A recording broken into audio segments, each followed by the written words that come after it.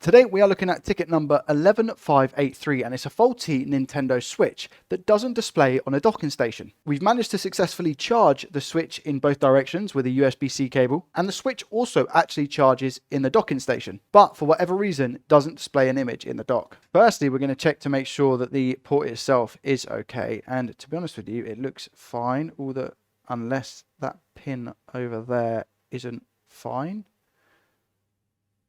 That pin looks a little bit off to me. It's just this one over to the side here on the far right. Can you see it? It just looks a little bit upwards. But like I said, we get charging both ways on the port itself. And these pins look like they've been raised a little bit off the board. What about the underside?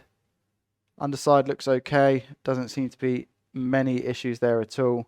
But you can see that on the top, on this side and this side, the pins are a little bit raised. That tells me that we should replace the port, but I do want to test around P13 USB to make sure that we don't have any issues there as well. So here we have P13 USB. This is the HDMI controller IC. This is responsible for the HDMI display out to a TV in a docking station. I've got my multimeter probes and I'm in continuity mode, which is the mode that beeps when I put the probes together. I'm just going to put one of them on ground. I'm just going to check this cap here. That seems to be absolutely fine. This is the cap that usually would blow, rendering this chip useless. However, that seems to be fine. We have ground on this side and no beep this side. That's good. We're also going to check the filters that we have here. The way that we test these filters are to go vertically and make sure they have continuity, which they do. If they have continuity diagonally, they're not doing their job. That's fine. All right, so all the filters appear to be good as well. So we don't have any interference or bad filters there. I think we just go ahead and remove the port from this Nintendo Switch and then see if we get an image to the docking station. We're going to apply flux to our port to remove it, to help with the removal process, should I say. We're just going to circle the heat and get the board hot first. You don't want to concentrate the heat in one area because that's how you burn stuff and burn plastic. It's not great for the board either. You most probably won't do damage to the board if you apply too much direct heat, but it's just not worth the risk. I've not done it so far, but again, I see no need to risk it because it will happen one day.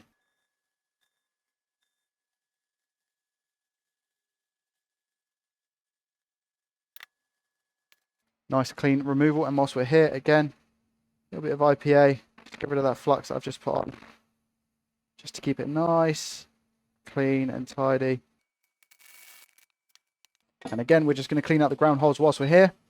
So back in with a heat gun.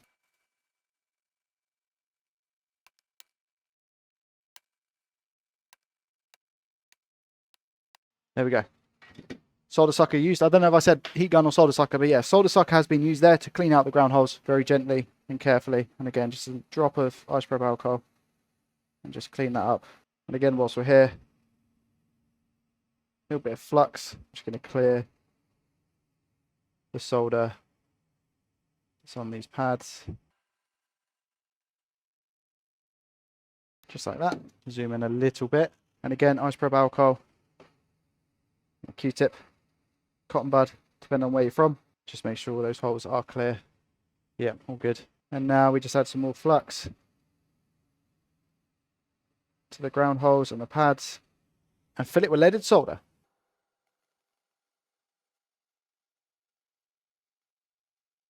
I'm currently trying to do this freehand, so it does look a little bit messy, that's why. Some more flux. There we go. And again, you guessed it, clean.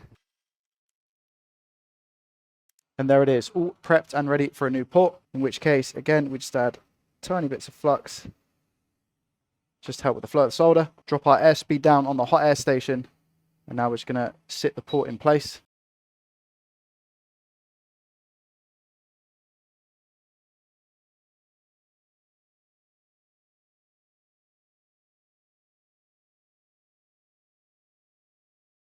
Supposedly the port is done, but I will check in a second.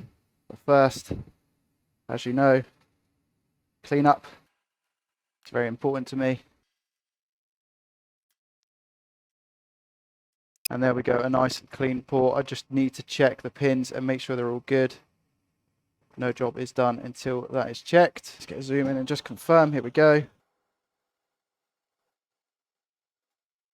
Every single one is absolutely solid. Let's check the back of the port. Back of the port is also looking hunky-dory. I don't actually need to do anything to this except for clean all of this, and it might not even fix the issue. But you got to do what you got to do. Let's give it a test. And as you can see, here I am putting the switch in the docking station.